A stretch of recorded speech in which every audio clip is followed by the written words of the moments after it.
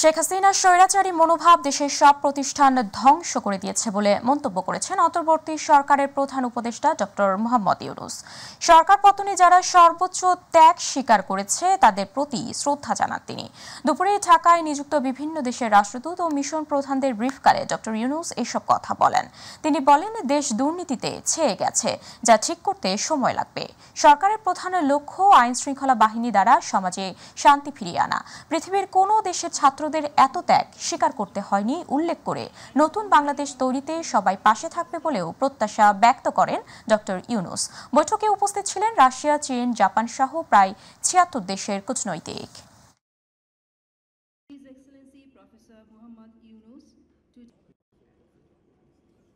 I thank you all for your kind presence today and your patience today at this meeting. It's a pleasure to be among the friends of Bangladesh, and I mean it. You are the friends who will help us get over the crisis that we are facing. Either we make it. I was trying to explain that everything will be done according to the law, whatever law says. I don't know what your problem is, but definitely I will not violate the law. I don't want to make any promise, but they want immediate decision. Until then, they will not let me come out. কোটা আন্দোলনে পুলিশের গুলিতে নিহত আবু সাইদের হত্যাকাণ্ডের ঘটনায় সাবেক IGP সহ ৭ police কর্মকর্তা, বিশ্ববিদ্যালয়ের শিক্ষক কর্মকর্তা, বিশ্ববিদ্যালয় ছাত্রলীগ নেতা সহ ১৭ জনের নাম উল্লেখ সহ আরও অজ্ঞাত ৩০ থেকে ৩৫ জনকে আসামি করে মামলা হয়েছে। সকালে আবু সাইদের বড় ভাই রমজান আলী বাদী হয়ে মেট্রোপলিটন ম্যাজিস্ট্রেট তাজহাট আমলি আদালতে মামলা দায়ের করেন। আদালত মামলাটি এজাহার হিসেবে গ্রহণ করতে তাজহাট থানাকে নির্দেশ দিয়েছে। এদিকে গত ১৯ জুলাই কোটা আন্দোলন পুলিশের গুলিতে নিহত শিক্ষার্থী আব্দুল্লাহ আল তাহিরের মৃত্যুর ঘটনায় শেখ হাসিনা, ওবায়দুল কাদের সহ ৪০ জনের বিরুদ্ধে মামলা ও একই দিনে পুলিশের গুলিতে ফল ব্যবসায়ী মেরাজুল ইসলামের মৃত্যুর ঘটনায় ২১ জনের বিরুদ্ধে মামলা হয়েছে।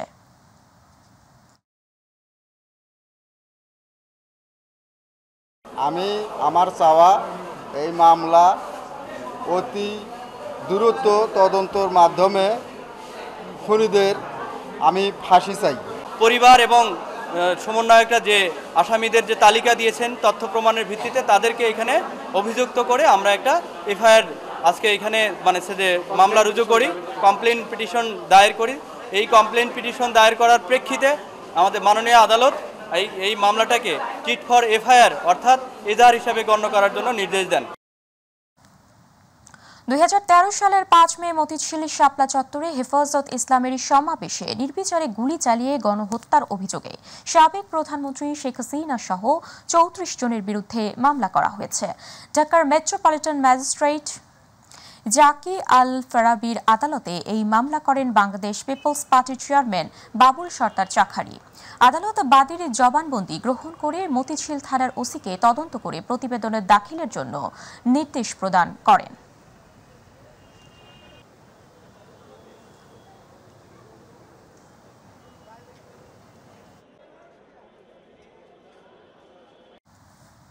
গত ৫ আগস্ট শেখ হাসিনার সরকার পতনের পর বিচারক, রাজনীতিবিদ, পুলিশ সহ ৬২৬ জন প্রাণ রক্ষার্থে সেনানিবাসে আশ্রয় নিয়েছিল বলে জানিয়েছে আন্তঃবাহিনী জনসংযোগ অধিদপ্তর ISPR।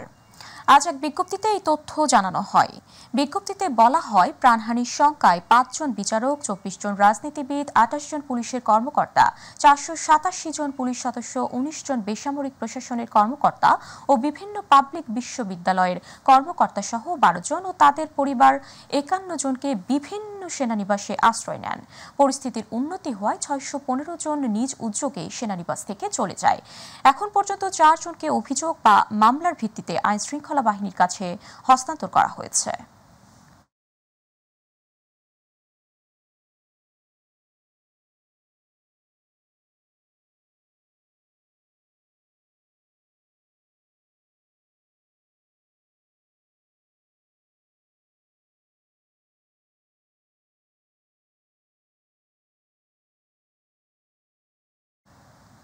দর্শক, এ বিষয়ে আরো তথ্য জানাতে এই মুহূর্তে রংপুর থেকে যুক্ত হচ্ছেন প্রতিনিধি মাহমুদুল হাসান। মাহমুদুল, আপনার কাছ থেকে জানতে চাচ্ছি মামলার বিষয়ে আর কি তথ্য আছে আপনার কাছে, জানাবেন আমাদের।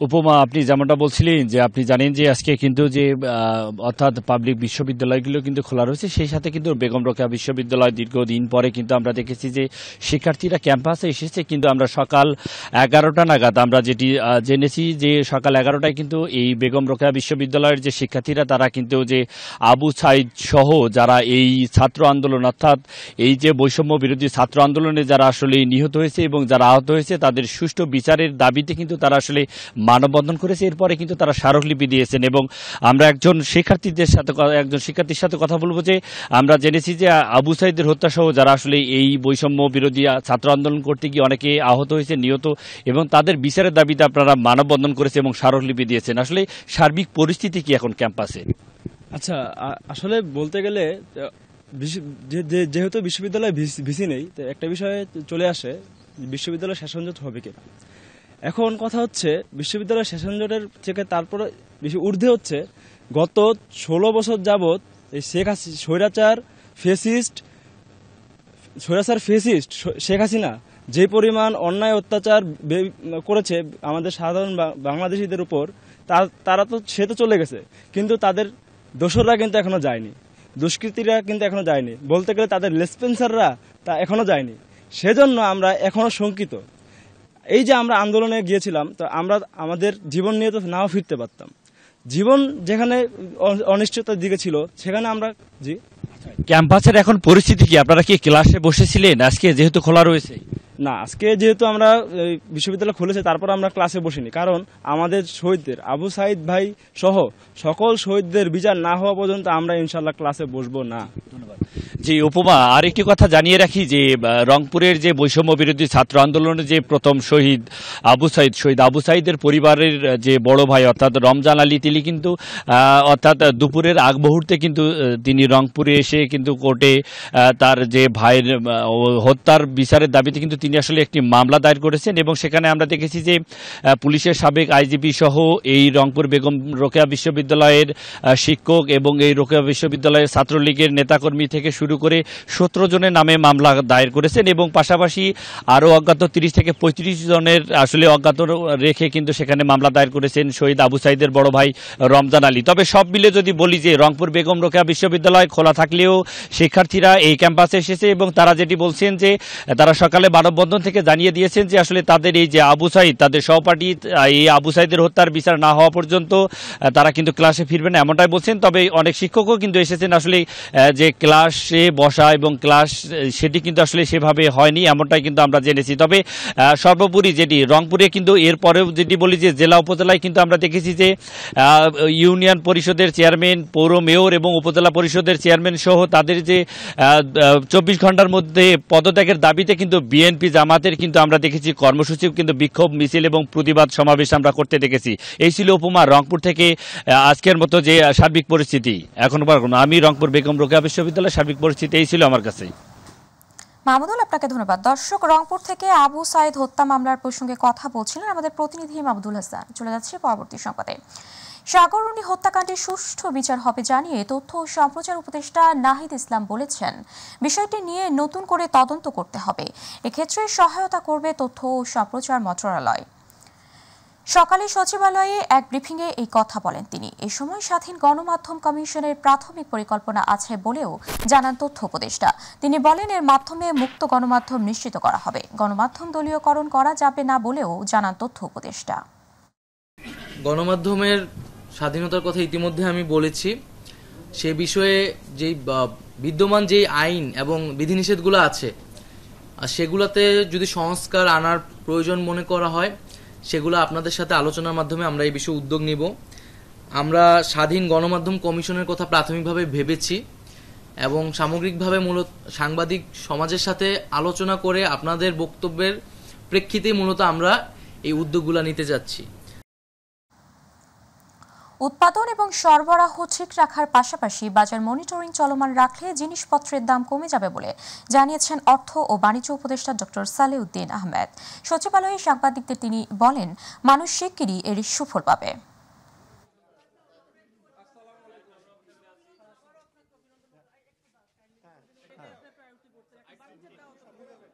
দ্রব্যমূল্য ব্যাপারটা হলো একটা হলো আপনার উৎপাদন আর একটা সরবরাহ। উৎপাদনটা দেশে হয়, সরবরাহ দেশে হয়, বাইরে থেকে আনতে হবে। যেখানে বাণিজ্য হিসেবে সংস্থাটা আছে, আর বাণিজ্যগুলি সংস্থা আছে, বিভিন্ন ফেডারেশন আছে, তাই না, তাদের সাথে বসবো, কারণ ওদের সহযোগিতা লাগবে। এবং আপনি নিশ্চিত থাকেন আমরা যতটুকু পারি সম্ভব করার, আমার কিছুটা আইডিয়া তো আছে ব্যবসা বাণিজ্যের ব্যাপারে, তারা কীভাবে কী করে, তা আপনারা নিশ্চিত থাকেন এই ব্যাপারে যত শীঘ্র আমরা পদক্ষেপ নেব। নতুন শিক্ষাক্রমকে কার্যকর করা সম্ভব বলে মনে করছেন না শিক্ষা উপদেষ্টা ওয়াহিদ উদ্দিন মাহমুদ। সচিবালয় শিক্ষা মন্ত্রণালয়ে নিজ কার্যালয়ে কথা জানান তিনি। উপদেষ্টা বলেন, সাময়িক সময়ে আগের শিক্ষাক্রমে ফিরে যাওয়ার চেষ্টা করা হবে, কিন্তু সেটা ধাপে ধাপে, যাতে করে শিক্ষার্থীরা কোনোভাবে বিপাকে না পড়ে সেদিকে নজর রাখা হবে।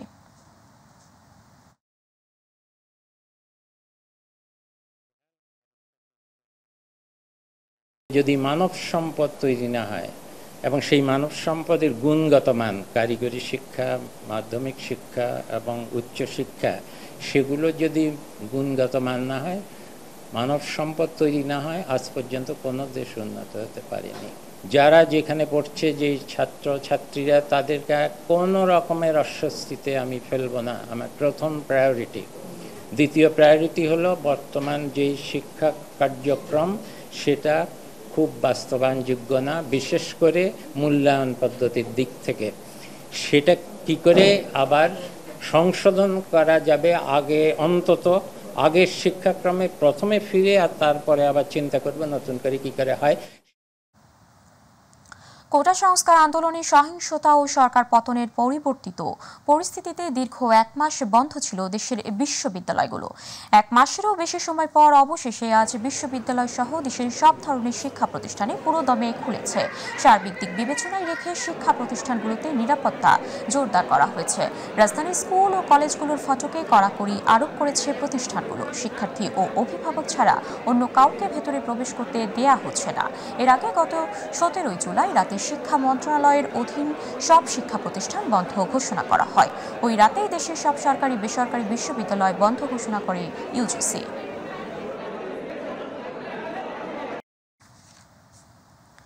সুপ্রিম কোর্টের হাইকোর্ট বিভাগে 51টি একক ও দ্বৈত বেঞ্চে বিচার কাজ শুরু হয়েছে। এর মধ্যে 24টি দ্বৈত ও 27টি একক বেঞ্চ রয়েছে। গত বৃহস্পতিবার প্রধান বিচারপতি নির্দেশিত 51 বেঞ্চ গঠন সংক্রান্ত বিজ্ঞপ্তি দেয় সুপ্রিম কোর্ট প্রশাসন। প্রধান বিচারপতি হিসেবে সৈয়দ রিফাত আহমেদ শপথ নেওয়ার পরদিন 12 আগস্ট থেকে 8টি বেঞ্চে বিচার কাজ শুরু হয়। পরদিন আরও একটি বেঞ্চ বাড়িয়ে 9টি বেঞ্চ গঠন করেন প্রধান বিচারপতি। এরপর বৃহস্পতিবার 51টি বেঞ্চ গঠন করেন তিনি। সপ্তাহে 3 দিন বসবে চেম্বার আদালত। আপিল বিভাগের বিচারপতি মোহাম্মদ আশফাকুল ইসলাম সপ্তাহে প্রতি রবি, সোম ও বুধবার দুপুর 2:15 থেকে উপস্থিত থেকে আপিল বিভাগের চেম্বার কোর্টে শুনানি গ্রহণ করবেন।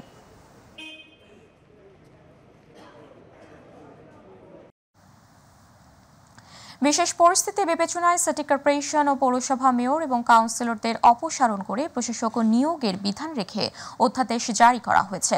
একইভাবে জেলা ও উপজেলা পরিষদের চেয়ারম্যান ও অন্য সদস্যদের অপসারণ করে সেখানে প্রশাসক নিয়োগের বিধান রাখা হয়েছে। গত 5 আগস্ট সরকার পতনের পর থেকে জেলা পরিষদ, উপজেলা পরিষদ, সিটি কর্পোরেশন ও পৌরসভায় চেয়ারম্যান, ভাইস চেয়ারম্যান, মেয়র, কাউন্সিলররা অনুপস্থিত থাকায় নাগরিক সেবা ব্যাহত হওয়ার পরিপ্রেক্ষিতে এই উদ্যোগ নেওয়া হয়েছে। শুক্রবার উপদেষ্টা পরিষদের বৈঠকে রাষ্ট্রপতির অধ্যাদেশ প্রণয়ন ও জারির লক্ষ্যে প্রস্তাবিত অধ্যাদেশগুলোর খসড়া অনুমোদন হয়। বিএনপির পক্ষ থেকে কোটা সংস্কার আন্দোলনে আহতদের সুচিকিৎসার জন্য সব ধরনের সহায়তা করা হবে বলে আশ্বস্ত করেছেন দলের স্থায়ী কমিটির সদস্য ডক্টর AZM জাহিদ হোসেন। দুপুরে জাতীয় চক্ষু বিজ্ঞান ইনস্টিটিউটে আহতদের শারীরিক অবস্থার খোঁজ নিতে গিয়ে তিনি এই কথা বলেন। জাহিদ বলেন, ইচ্ছাকৃতভাবে আন্দোলনকারীদের কোমরের উপর গুলি করা হয়েছে। উন্নত চিকিৎসার জন্য বিএনপির চেয়ারপারসন বেগম খালেদা জিয়ার বিদেশ যাওয়ার বিষয়টি এখনও প্রক্রিয়াধীন রয়েছে বলে জানান জাহিদ হোসেন।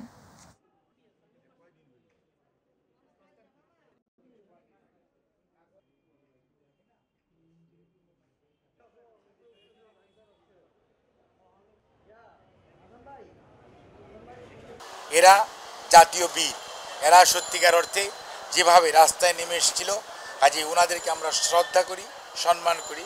চিকিৎসার ব্যাপারে সরকার যেটি করবে, এর বাইরেও বাংলাদেশ জাতীয়তাবাদী দল তার নিজস্ব উদ্যোগে চিকিৎসার ব্যাপারে আমাদের যা যা করণীয়, আমাদের সামর্থ্য অনুযায়ী আমাদের দল সে অনুযায়ী তাদেরকে সহযোগিতা করবে। দেশের রাজনীতিতে বিএনপি ও আওয়ামী লীগের দ্বৈত প্রাধান্য কমিয়ে আনার পাশাপাশি বিভিন্ন সেক্টরে পূর্ণ সংস্কার করতে রাজনৈতিক দল গঠনের চিন্তা করছেন বৈষম্য বিরোধী ছাত্র আন্দোলনের সমন্বয়করা। দেশের জনগণের অধিকার অক্ষুণ্ণ রাখতে জনগণ চাইলে জাতীয় রাজনীতির অংশ হতে চান তারা। মাই টিভিকে দেয়া এক একান্ত সাক্ষাৎকারে এসব কথা জানান বৈষম্য বিরোধী ছাত্র আন্দোলনের অন্যতম সমন্বয়ক সার্জিস আলম। আমিনা হিরার রিপোর্ট। সরকারি চাকরিতে কোটা সংস্কারের দাবিতে বৈষম্য বিরোধী ছাত্র আন্দোলনের যাত্রা শুরু হলেও আওয়ামী লীগ সরকারের পতনের পর অন্তর্বর্তী সরকারের উপদেষ্টা কমিটিতে জায়গা পেয়েছেন দু সমন্বয়ক। অন্যদিকে রাজনীতির মাঠে বেশ সক্রিয় বিএনপি, নেতাকর্মী সহ নিয়মিতই চলছে সভা মিছিল। তবে নির্বাচনে প্রতিদ্বন্দ্বিতা, রাজনৈতিক নেতার শূন্যতা এবং মানুষের আস্থার স্থল হবে কে, এমন প্রশ্ন জনগণের মনে ঘুরপাক খাচ্ছে প্রতিনিয়ত। আর এসবের মধ্যেই বৈষম্য বিরোধী ছাত্র আন্দোলনের ব্যানারে রাজনৈতিক দল আসবে কিনা জানান সমন্বয়ক সার্জিস আলম। আমাদের জায়গাটি যদি স্পষ্ট করি, এটি আসলে পুরো বাংলাদেশের মানুষের চাওয়ার প্রেক্ষিতে, বাংলাদেশের মানুষ যদি চায় হবে, না চাইলে হবে না, একদম স্পষ্ট কথা।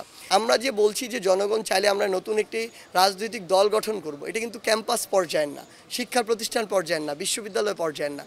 আমরা এটি নিয়ে কথাই বলছি না, আমরা বরং বলছি যে এখানে এটি শেষ হয়ে যাওয়া প্রয়োজন। এই প্রথাগত রাজনৈতিক ধারাটি শেষ হয়ে একটি ছাত্রদের দ্বারা নির্বাচিত ছাত্র সংসদের যে ধারা, সেটি আসা প্রয়োজন। সার্জিস বলেন, দেশের মানুষের আস্থা আর সমর্থন পেলেই ছাত্র রাজনীতি নয়, বরং জাতীয় রাজনৈতিক দল গঠন করবেন তারা। আমরা যে রাজনৈতিক ধারাটির কথা বলতে চাচ্ছি, এটি জাতীয় পর্যায়ে। আমরা মনে করি দেশের পলিসি মেকগুলো হয়ে থাকে ওই সংসদ থেকে, পলিসি মেকারদের মাধ্যমে, জনপ্রতিনিধিদের মাধ্যমে। সেই জায়গায় তরুণ সমাজের ওই প্রতিনিধিদের থাকা প্রয়োজন, যারা জনগণ নিয়ে কথা বলবে।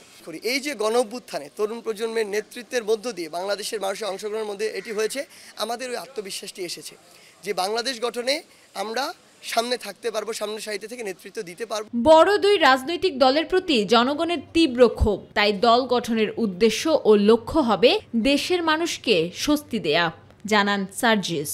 বাংলাদেশের মানুষ আসলে এই যে দুই দল বা এর বেশি দলের এই যে অবস্থান, অসংখ্য ঘটনা হয়েছে 53 বছরে, কিন্তু তাদের যে কালচারগুলো, এগুলোর পরিবর্তন হয়নি। আসলে মানুষ চায় নতুন কিছু আসুক। সেই জায়গা থেকে আমরা বিশ্বাস করি যে তরুণ সমাজের, বাংলাদেশের মানুষের চাওয়ার প্রেক্ষিতে তরুণ সমাজের নেতৃত্বে বাংলাদেশে নতুন একটি রাজনৈতিক আসলে একটি আলাপ আসা প্রয়োজন, নতুন রাজনৈতিক একটি টাইপ ধরন আসা প্রয়োজন, যারা মানুষের জন্য কথা বলবে, মানুষের জন্য কাজ করবে। এখনো পরিকল্পনা হয়নি দল গঠন নিয়ে, তবে জনগণ না চাইলে জাতীয় রাজনীতিতে দল গঠন করতে চান না বৈষম্য বিরোধী ছাত্র আন্দোলনের সমন্বয়করা। স্পষ্ট করে আমরা বারবার বলেছি। আমিনা হিরা, মাই টিভি, ঢাকা। কোটা সংস্কার আন্দোলনে গুলিবিদ্ধ টাঙ্গাইলের ইমন মারা গেছেন। আজ ঢাকা মেডিকেলের আইসিইউতে চিকিৎসাধীন অবস্থায় তিনি মারা যান। নিহত ইমন মনিরুজ্জামান খান বিএম কলেজ থেকে 2023 সালে এইচএসসি পাশ করেন। এরপর হেমনগর ডিগ্রি কলেজ ভর্তি হন। গত 4 আগস্ট বিকেলে আন্দোলনকারীদের সাথে পুলিশের সংঘর্ষের সময় পেটে গুলিবিদ্ধ হন ইমন। গুরুতর আহত অবস্থায় তাকে প্রথমে স্থানীয় একটি হাসপাতালে এবং পরে মির্জাপুরের কুমুদিনী হাসপাতালে নেওয়া হয়।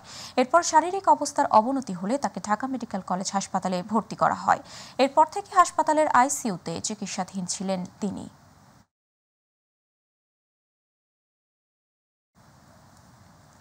নতুন করে দেশ করার কাজ করছে তরুণ শিক্ষার্থীরা। বাংলাদেশকে নতুন করে সাজাতে পরিষ্কার পরিচ্ছন্নতা, রাস্তা, ট্রাফিকের কাজের পাশাপাশি হাতে তুলে নিয়েছে রং তুলি।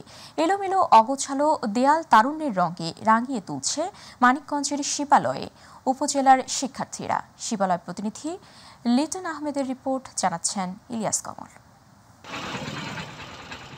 গত 5 আগস্ট দীর্ঘ স্বৈরশাসনের হাত থেকে মুক্তি পেয়েছে বাংলাদেশ। ছাত্র জনতার গণ অভ্যুত্থানের পর দেশ গড়ার দায়িত্ব হাতে নিয়েছে তরুণ শিক্ষার্থীরা। তারই ধারাবাহিকতায় জুলাই আগস্টের আন্দোলনে শহীদদের স্মরণে দেয়াল আঁকছেন গ্রাফিতি, রাঙিয়ে তুলছেন শহরের এলোমেলো ও অগোছালো দেয়াল। যারা যারা নিপীড়নের শিকার হয়েছে বৈষম্য বিরোধী আন্দোলনে, সেটা আমরা তুলে ধরতে চাইতেছি বিভিন্ন আলপনা দেয়ালিকার মাধ্যমে।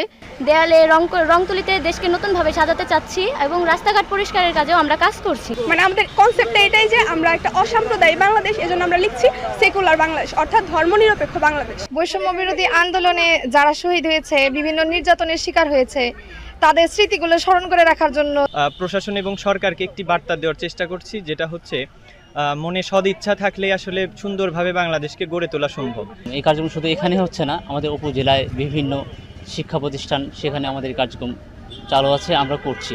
আত্মত্যাগের পর আমরা যে দেশটা পেয়েছি, স্বাধীন একটা দেশ, এই দেশটা সাজানোর দায়িত্ব আসলে আমাদেরই। দেয়াল চিত্রের মাধ্যমে শিক্ষার্থীরা তাদের দাবি ও প্রত্যাশার কথা তুলে ধরায় খুশি অভিভাবকরাও। ওরা রোদে কষ্ট করতেছে, একটা ছাতা নাই, দুপুরে খাইতে পারতেছে না। এদের সহযোগিতার জন্য আমাদেরকে একটু অভিভাবক যারা আছে, আমাদের সচেতন মহল যারা আছে, তাদের একটু এগিয়ে আসা উচিত।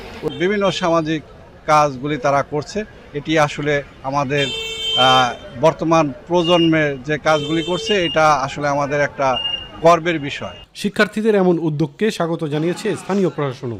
আমরা শুরু থেকেই শিক্ষার্থীদের এই উদ্ভাবনী উদ্যোগকে আমরা সাধুবাদ জানিয়েছি এবং তাদেরকে বিভিন্নভাবে সহযোগিতা করে যাচ্ছে। শিক্ষার্থীরা স্বতঃস্ফূর্তভাবে যে আইন শৃঙ্খলা রক্ষাকারী বাহিনীকে সহায়তা করার জন্য যেভাবে কাজ করতেছে, সেটা নিঃসন্দেহে প্রশংসা। ধর্মনিরপেক্ষতা, আবু সাঈদের রক্তের বীরত্ব ও মুগ্ধদের মতো আত্মত্যাগের বিনিময়ে যে দেশ পেয়েছে, এখানে যেন আর রক্তক্ষরণ না হয়, এমন প্রত্যাশা শিক্ষার্থীদের। ইলিয়াস কমল, মাই টিভি। ছাত্র জনতার গণ অভ্যুত্থানে সরকার পতনের পর সারা দেশের মতো খুলনায় কাজে ফিরেছে পুলিশ। স্বাভাবিক হতে শুরু করেছে আইন শৃঙ্খলা পরিস্থিতি, স্বস্তিতে সাধারণ মানুষ। কেএমপির থানাগুলোতে বেড়েছে কাজের চাপ, নেওয়া হচ্ছে অভিযোগ, গ্রহণ করা হচ্ছে সাধারণ ডায়েরি ও মামলা। প্রতিনিধি শিশির রঞ্জন মল্লিকের রিপোর্ট, জানাচ্ছেন শামস তাবরিজ উচ্ছ্বাস। আওয়ামী লীগ সরকারের পতনের পর হামলার মুখে পড়ে বিভিন্ন থানা, পুলিশ ফাঁড়ি, এমনকি ট্রাফিক পুলিশ বক্স। আতঙ্কে পুলিশশূন্য হয়ে পড়ে বেশিরভাগ থানা। এতে বিশৃঙ্খলার পাশাপাশি ভেঙে পড়ে ট্রাফিক ব্যবস্থা।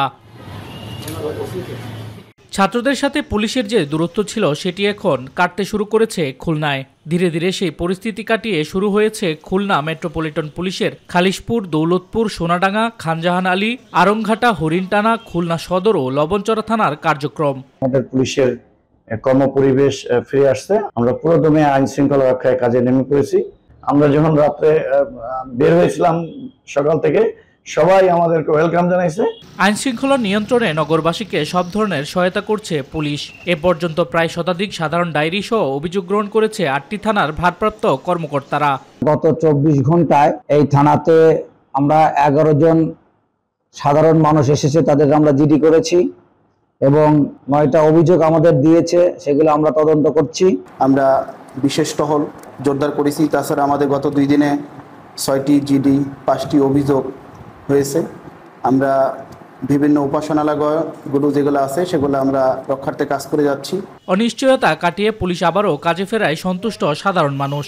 একটা জিডি করার জন্য আসছিলাম, তো এখান থেকে জিডির সমস্ত প্রসেস করে দিলেন। এতদিন তো কার্যক্রম বন্ধ ছিল, এখন চালু হয়েছে, আমরা থানায় সেবা পাচ্ছি। সেনাবাহিনী, নৌবাহিনী ও শিক্ষার্থীদের সমন্বয় করে পুলিশ দায়িত্ব পালন করছে বলে জানিয়েছে এই কর্মকর্তা। খুলনা বিভিন্ন থানাতে আমাদের দেশপ্রেমিক সেনাবাহিনী এবং নৌবাহিনী মোতায়েন আছে। তাদের ঊর্ধ্বতন কর্মকর্তা এবং থানায় মোতায়েনকৃত নৌবাহিনী এবং সেনাবাহিনী অফিসার এবং ফোর্সবৃন্দ আমাদের সহায়তা করছে। এই মুহূর্তে খুলনায় আইন শৃঙ্খলা সংক্রান্ত কোনো সমস্যা নাই। পুলিশ যথাযথভাবে নিরবিচ্ছিন্ন দায়িত্ব পালনের মাধ্যমে নগরবাসীর নিরাপত্তা নিশ্চিত করবে, এমনটাই প্রত্যাশা সকলের। শামস তাবরিজ উচ্ছ্বাস, মাই টিভি নিউজ ডেস্ক।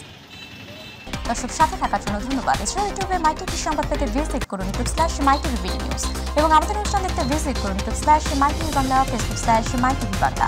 আমাদের পরবর্তী সংবাদ দেখার আমন্ত্রণ জানিয়ে বিদায় নিচ্ছি আমি উপমা কুন্ডু। আল্লাহ হাফেজ।